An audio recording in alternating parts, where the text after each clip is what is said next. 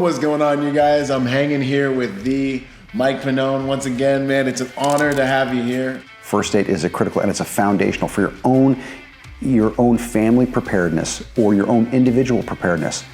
The first thing that you need to learn is to take care of people that are hurt, to include yourself. That's going to be a huge block that's going to give you a level of confidence, and it's going to safeguard your very being, your life, and those around you.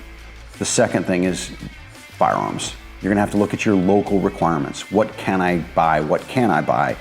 What are my requirements for my own security? Do I want a pistol? Do I want a rifle? What I would recommend, if it's possible, is for you to, if it's available, take a class where you don't have to purchase a firearm and learn just a little bit about guns. You need to understand firearms enough to make a decision based on your requirements. There's nothing really extraordinarily difficult in principle about shooting firearms and handling them. You're going to want a reinforcement of basic skills. Component skills reinforced. Manipulation of the gun builds dexterity. The way that I explain that on the training side is that it's like a giant puzzle. And every time you touch that gun, every time you manipulate it, every time you shoot it or reload it or disassemble it or reassemble it, you're putting a piece of that puzzle in. You're filling that puzzle. Every time you change something, you're pulling a piece out or a couple pieces out, and a couple fall out that you didn't see.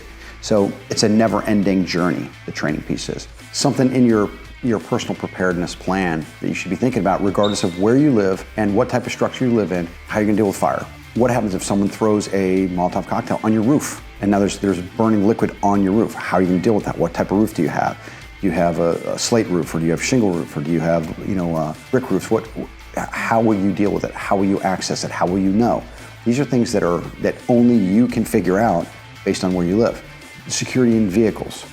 Once you get in a vehicle, you have protection around you until you get out of the vehicle. And the vehicle has capabilities until it stops. Once it stops, you're just sitting in a metal box. So be mindful of your routes and stay away from protests. Be very conscious of your routes. And if it looks bad up ahead, turn around and dogleg around it, reroute. But don't try and force your way through a crowd, because then you're stuck with really only two options. One option is to get pummeled and pelted, your vehicle destroyed, drug out, and possibly beaten to death, or the other is to drive through a crowd of people. Neither of which is a positive experience in anybody's life, I'm sure.